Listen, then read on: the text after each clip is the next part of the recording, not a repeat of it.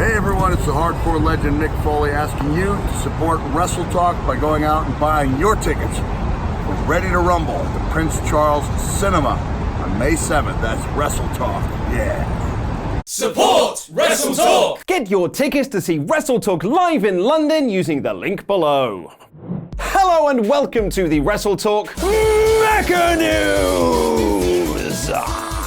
Hi, I'm Luke Owen. Have yourself a super click party? Super click, please! By giving us a subscribe, pressing the thumbs up, and leave a comment down below to answer our question of the day. With Paramount changing the design of Sonic the Hedgehog for the new movie due to fan backlash, what would you like to see Vince McMahon change about WWE? We've got a packed show of news for you today, including the return of Daniel Bryan, a top AEW star possibly being injured ahead of Double or Nothing, and the real reason Goldberg returned to WWE. But first, we want to send a big thank you to the hardcore legend Mick Foley for his great intro to today's news episode, which serves as a solid reminder for you to get your tickets to see WrestleTalk live next Tuesday on May 7th at the Prince Charles Cinema in London's Leicester Square, where we'll be screening the classic 2000 WCW movie Ready to Rumble starring David Arquette, Scott Kahn, Rose McGowan, as well as Goldberg, Sting, Diamond Dallas Page, and John Cena. No, I did not misspeak with that last one. We'll also be recording a live podcast after the show talking the wrestling career of David Arquette, and we can't wait to meet all of you there before the film starts. Tickets are available now in the video description below. And 2019 won't just be known as the year WrestleTalk screened Ready to Rumble on May 7th at the Prince Charles Cinema in London. Tickets are available now. It will also be the year that many top-name WWE wrestlers asked for their releases. Both Ty Dillinger and Kenta asked for their releases and were granted them earlier this year. Rumors ran wild that the Revival and the Canella side both asked for their releases but were denied, with new rumors that Revival turned down massive $500,000 deals from the company, Dean Ambrose deciding to leave the company once his contract expired, and there's the case of Sasha Banks reportedly trying to quit WWE following WrestleMania over unhappiness of dropping her tag titles to the Iconics, which has reportedly led to a stalemate between both parties. And of course, there's poor Luke Harper, who prior to WrestleMania posted a lengthy statement that detailed how unhappy he was in the company and publicly asked for his release a couple of weeks later. Sadly for Harper, his request was turned down, and worse still, WWE have reportedly added an extra 6 months to his contract due to his injury last year. It's now being reported in the Wrestling Observer newsletter that Harper was originally planned for a feud with Sami Zayn following WrestleMania, but those plans were scrapped when Vince McMahon saw him in the Andre the Giant Memorial Battle Royal, where Braun Strowman forgot some of their spots. The irony of all this is that Harper wasn't originally supposed to be in the Battle Royal at all, but was added at the last minute when Vince reportedly out of the blue asked why he wasn't in it. With his Zayn feud scrapped, Harper was sent home after WrestleMania, but was then called back for the SmackDown taping so he could record a dark match segment where they teased pairing EC3 with Drake Maverick as his manager. The oddest part about this report is that one of the reasons Vince is currently down on Harper and doesn't want to use him is that he once asked him to do a southern accent, which Harper struggled with. Now, the reason why this is odd to currently not use someone is that Harper was asked to do this accent 4 years ago when he was part of the Wyatt family, and Vince has just held it against him ever since. According to Dave Meltzer, when it was asked about which brand Harper would be on, Vince talked about how the guy can't even do a southern accent, said the match with EC3 was bad, so they didn't put him with either brand, and that's why he asked for his release. Someone who could be returning soon, however, is Daniel Bryan, and we'll have more about that after this short plug for our awesome magazine. Take it away, Ollie. Hello and welcome to WrestleTalk. I'm Ollie Davis, and I'm very proud to announce issue 9 of our WrestleTalk magazine is available to buy from the link in the video description below, or by clicking the eye above my head right now. The magazine, which features 48 full-color pages of news, reviews, and fascinating insights, continues to grow, with our list of regular readers now including some of the biggest wrestlers and industry insiders in the world. Isn't it time you became one of them? So help us, #Keep Wrestling Print Media alive, by ordering issue 9 right now, or go one better and subscribe and make a big saving in the process by clicking the eye above my head or the link in the video description below.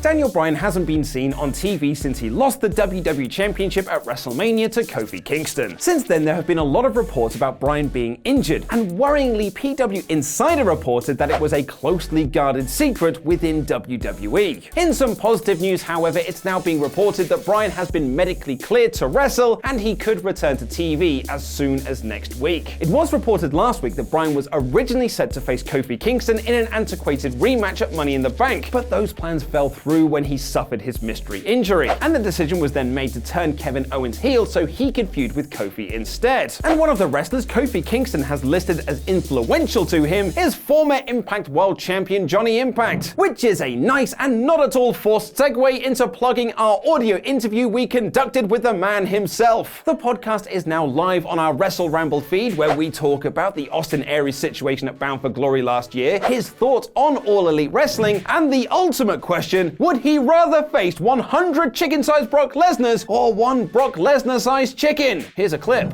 It's hard to say exactly what was going to happen.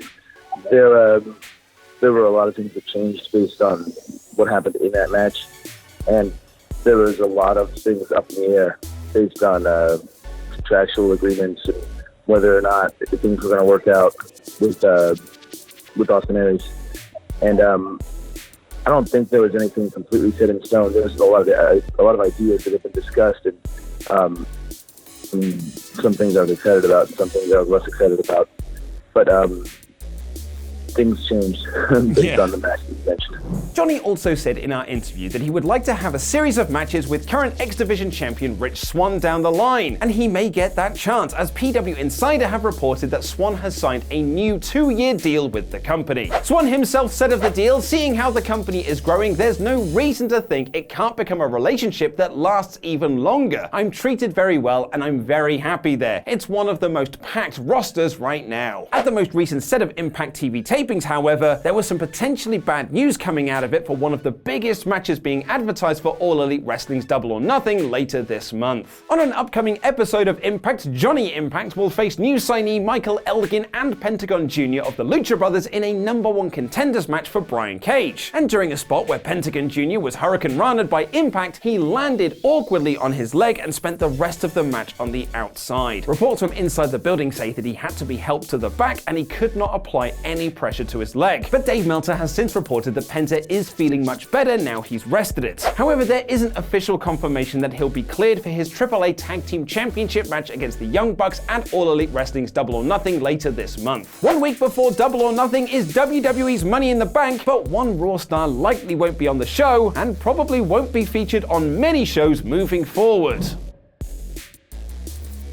Last week, it was reported by Fightful, PW Insider, and The Wrestling Observer that there was some backstage heat on Lio Rush, with the report saying that he was rubbing people the wrong way in the locker room and felt that he should be pushed as a much bigger star and not just the mouthpiece for Bobby Lashley. In a refreshing change of pace, however, Lio himself approached Fightful to go public with his feelings about these rumors, saying that there is someone backstage in WWE that also worked with him in Ring of Honor that doesn't like him and is spreading a false narrative about his heat in order to get him fired. He adds that he's upset that he wasn't on meet and greets with Bobby Lashley, nor was he paid merchandise revenue for catchphrases he helped popularize. More damning of the company, however, was Rush saying, "I have been sent to live shows and TVs and forced to pay my own rental for 5 days as well as hotel while not making enough money to do so," and that he is walking around broke in the biggest sports entertainment industry that there is while having 2 kids and a wife to support. PW Insider add in their report that Rush has gotten heat from the WWE locker room because he brings groups of friends and his wife to TV tapings without giving them the right credentials, and lets his wife change in the female talent locker room without asking for their permission. According to PW Insider, a WWE veteran approached Rush to talk about these issues, and he blew them off by saying he works for Vince and not them. And I guess we can now presume this veteran was Mark Henry, who told Busted Open Radio that he pulled Rush aside to have words with him and claims Lio told him a blatant lie to his face. Henry also adds in the interview, if you can't pay for a rental car and you can't pay for hotel with the money that you're making every week, then you need to change the way you're spending. You can't blame that on the office. If you spent everything before you got it, that's your problem. PW Insider are also reporting that Rush's claims of being unable to afford his travel are odd, seen as though he was recently offered a new $300,000 a year contract, which he reportedly turned down, instead asking for double that amount. Someone who could easily ask for double that amount is former Universal Champion Goldberg, who was quietly announced to be returning to WWE when they head to the beautiful and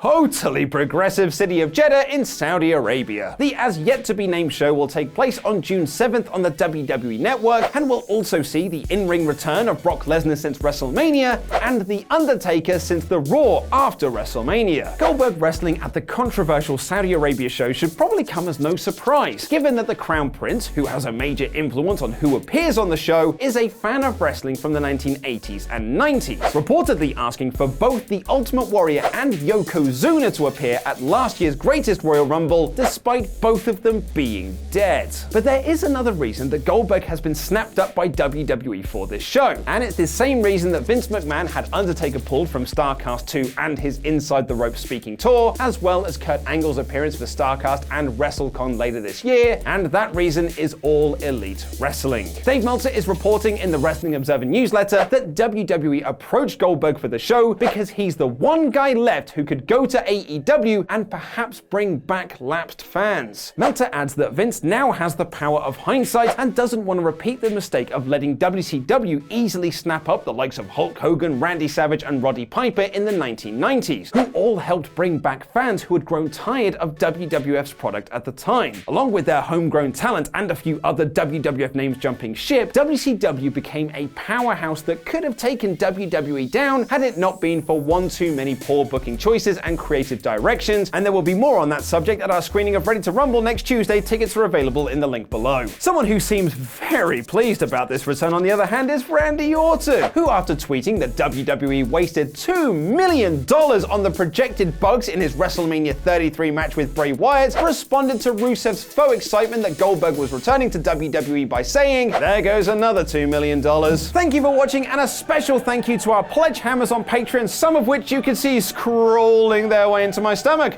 Make sure you've got your tickets to see WrestleTalk live in London next Tuesday and find out the latest on Epic buying the team behind Rocket League by watching Screenstalker. I've been Luke Owen, and that was Mecha News.